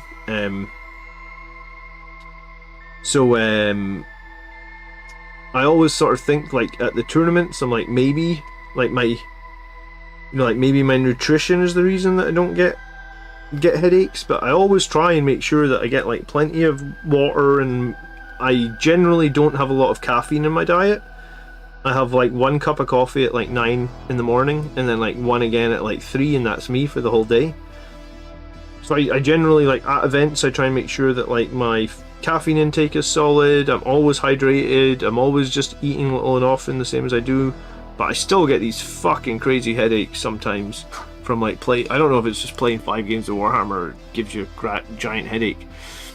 Exo says it's 10 to midnight or 10 to 1 AM here, and I have a game tomorrow at 10 AM versus an Eldar player. Will you be using Lords of War to have some fun? Well, definitely have some fun with you using Lords of War. Which one are you running, Exo? But yeah, so next weekend, I guess, like, we'll do the army list show tomorrow for sure. Next weekend, it'll really just depend. Like, if I've got a splitting headache, then I'm not doing it. I sometimes will take something for headaches, but I mean, I prefer not to take, like, over-the-counter medicine on a regular basis if I can avoid it. I just think it's generally not good to do that. I know some people that the second they get a headache, they're like, I will take codeine. I'm like, well, what about the time that you really need codeine and you've just been taking it all the time for these headaches, you know? So I prefer to not just do that, I guess. But I mean, each to, you know, I'm not telling anyone how to live, I'm just telling you how I live, I guess. I'm a weird creature. I'm a creature of habit.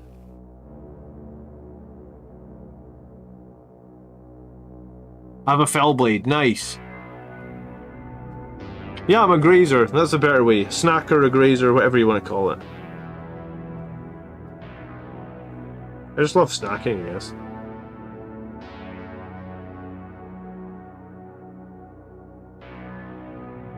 I think it's possibly that I'm lazy and I prefer to not have to cook big meals, but each their own. Dirty Wizards has paid for my new box set. Nice. What, I'm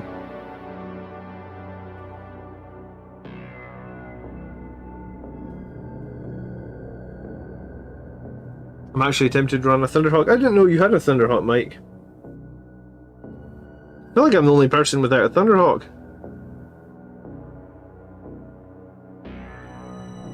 How many months does a Thunderhawk take somebody? Like, someone at my speed, like, I reckon if I got a Thunderhawk, it would take me a year to do it.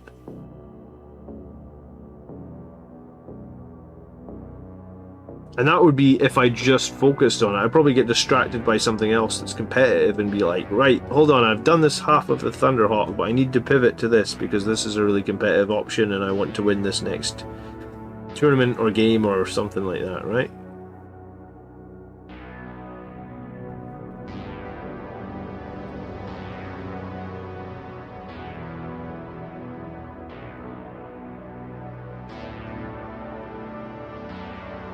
I used your link to get the new Brutalis box set. Oh, I appreciate that, dude. What did I think of the Terrax? I like the Terrax, man. I'm going to run it to the event. I've been wanting a Terrax for... I don't know how long I've wanted a Terrax. Well, I mean, I did that commission... Originally, I did that commission to another commission artist back in, like, May of last year. So I've wanted the Terrax for at least 10 months. I probably wanted it for 3 months before then. But, you know, I had to get the money together to pay for it and then pay for the guy to commission it. So I probably wanted a Terrax for, like, in excess of a year. So to finally get it and play with it and see it was fun, and to see that it sort of synergizes with the wacky list I'm running at the moment, just feels like the perfect time to run it to a tournament. I do think the Arcs of Omen season is a bit wacky. The Strategic Reserve rule is a bit strange or is a bit broken in my opinion, so why not just run something wacky right now is really my thought behind it.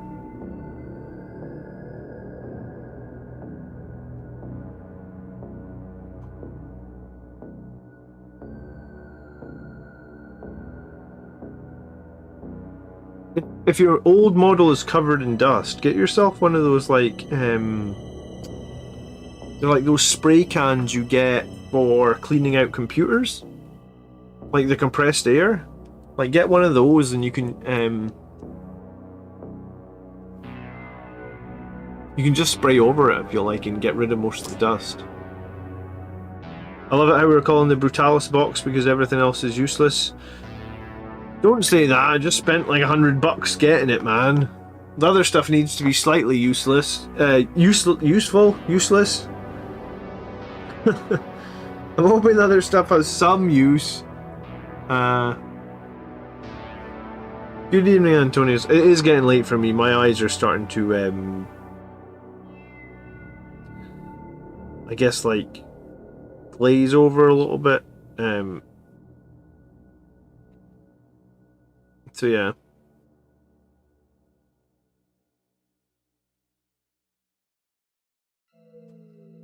by putting this blue on here, these guys technically have 3 colours on them, because I did their belt in brown. They're obviously red. And now they've got their plasma coils in blue. So technically these guys have 3 colours on them now. I'm not gonna take them to the tournament like this, but I could, I suppose, and be like, they have 3 colours, that's valid. Someone will be like, that's the most crap, lowest effort 3 colours I've ever seen, and I'll be like, yes. Yes it is.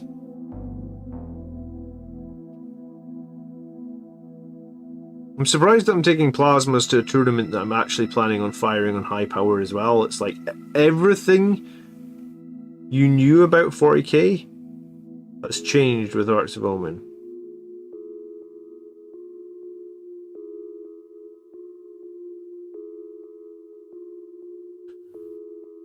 Which is maybe a good thing and a bad thing.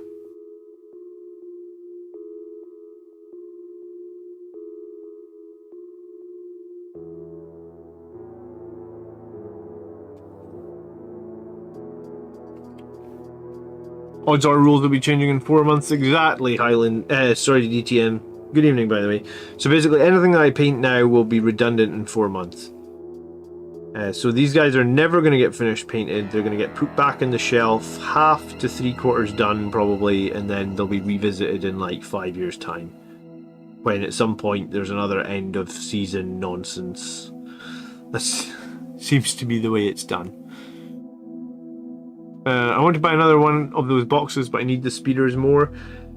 Yeah, I haven't decided what I'm going to do with, like, because I'm actually going to build one of the squads of Desolators. Like, I'm definitely building one squad, and I'm definitely trying one squad, because I think Marines have been screaming out for, like, long-range D3+3 firepower for forever.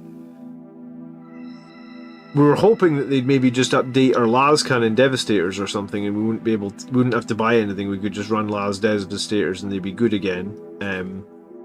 I guess these rocket troops are the kind of, I guess they're the thing now, aren't they? So I'm going to build at least one squad of the Desolators. I'm going to try them. I'm going to build the Brutalis. I mean, I'll probably build the Lieutenant, because why not? He's only one model, but like, I already got 5 heavy intercessors, so I'm going to build another 5 of them? I don't know. Where can I get Ball Predators? Are they not in stock on Games Workshop website? One squad of 10. Can the missile guys go in a squad of 10? Mind you, the rumour has it that they're 35 points a model, so 350 points seems like a lot. How do you think Hellblasters in a Bobby G bubble would hold up? Well, I mean, I think if you're running plasmas, like, so I'm running plasmas here, and I'm using Bobby G for the reroll ones. I think that they work better, probably, if the models with the plasmas are as cheap as possible. So, like, Hellblasters are not cheap. Last time I checked, they were like 35 points a model. They might have gone down a little bit, but I can't imagine they've gone down that much.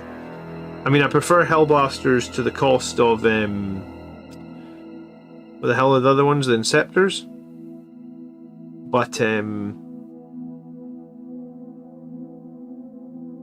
feel like I'm still not sold, right?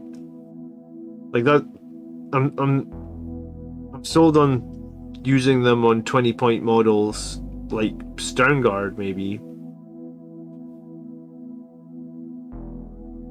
Does anyone in USA know where you can get Ball Predators right now? If so, could somebody link Rosario or tell them a store or something where you can pick one up?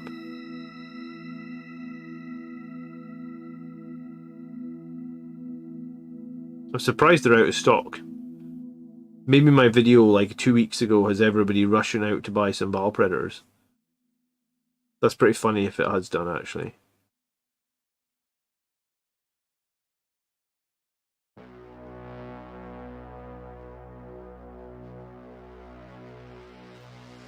Alright, I just got a few more minutes tonight because it is past midnight and I am tired and my eyes are fogging over.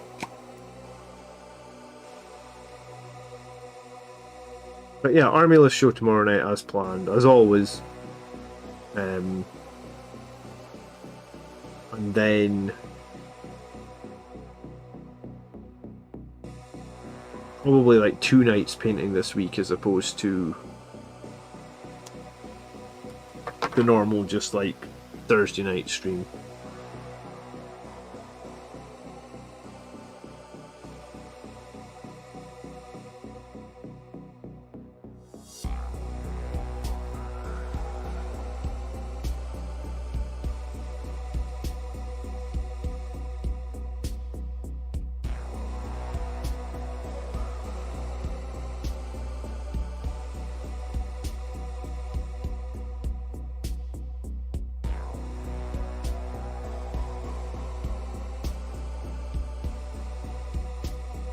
Good night, Mike. Thanks for hanging out.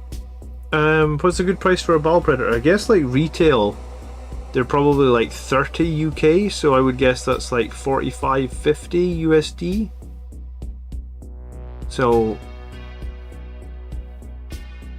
maybe something like that.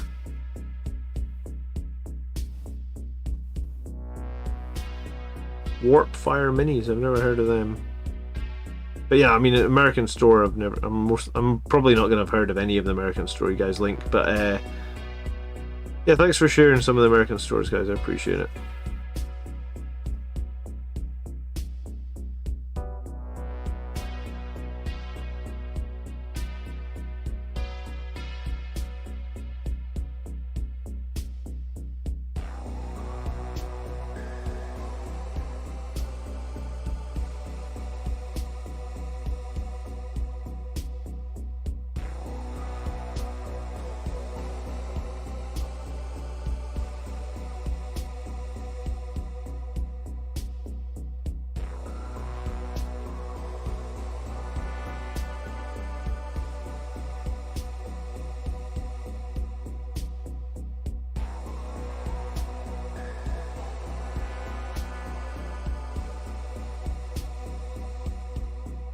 I'm just going to put the base rings on these guys and then I'm going to call it a night.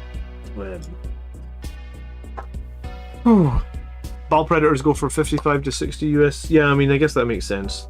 The USD to UK markup's a bit higher for Games Workshop products, right?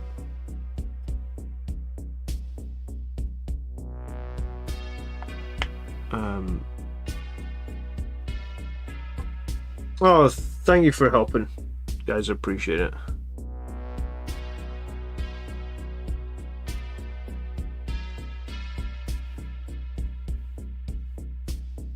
My Moraxus from Hawaii arrived today. Why Hawaii?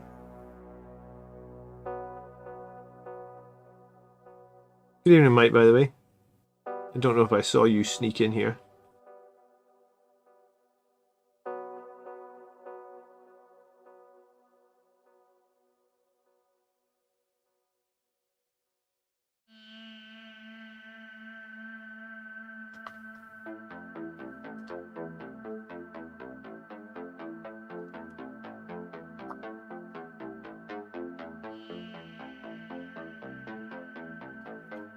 I have no clue it was eBay. Oh, fair enough, yeah.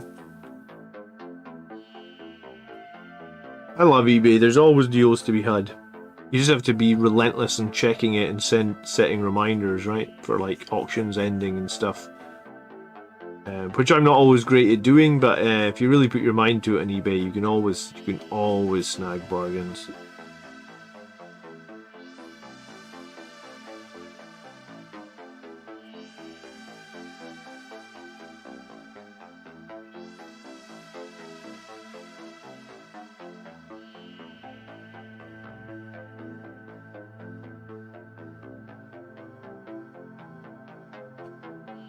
You now have to give them Hulu skirts. Fair enough. You have to sing that Moana song as well. I'm wanting the Primaris champion. He'll be so good for Blood Angels. I'm only wanting him if he's got a jump pack. Give us Primaris jump packs. How long do we have to wait? If Space Marine 2 comes out and the guy in Space Marine 2 has a jump pack and he's in Primaris armor, there's no damn jump packs on the board game. I'm going to be upset. Like, give us their damn Primaris. Give us our armor.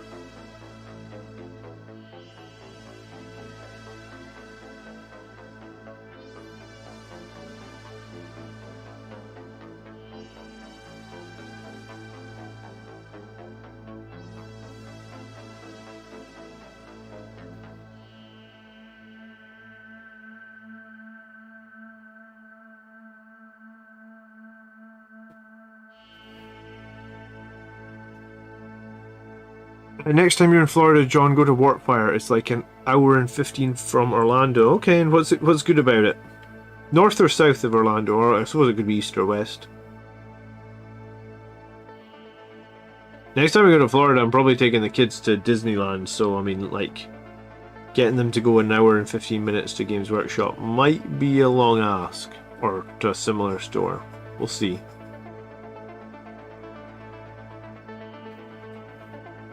Ironclad or Venerable Dreadnought? Oh, that's a good question. Depends on what you want. If you want melee combat, Ironclad. If you want shooting, then Venerable, I'd guess, right?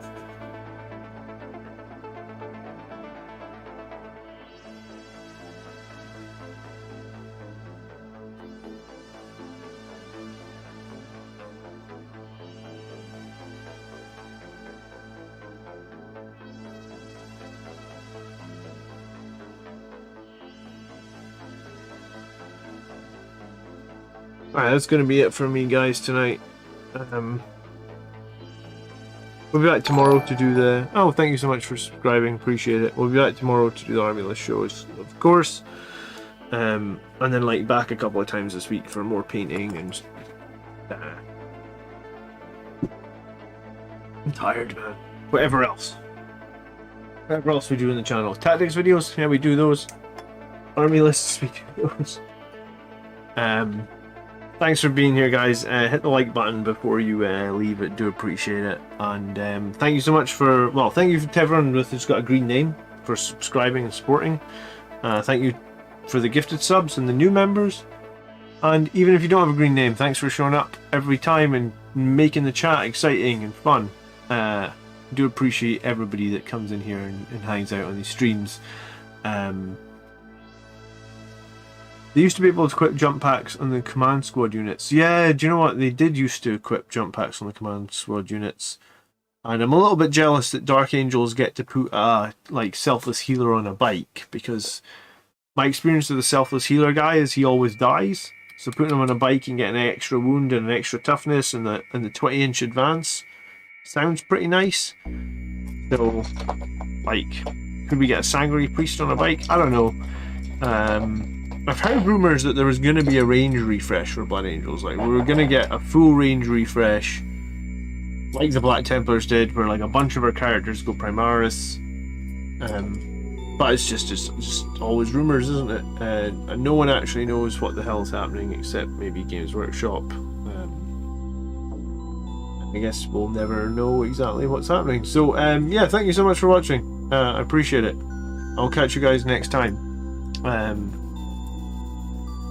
Peace. It's the third-party GW store, Northwest. Oh, sounds cool. Maybe if I'm ever up that way, I will check it out. Alright, good night.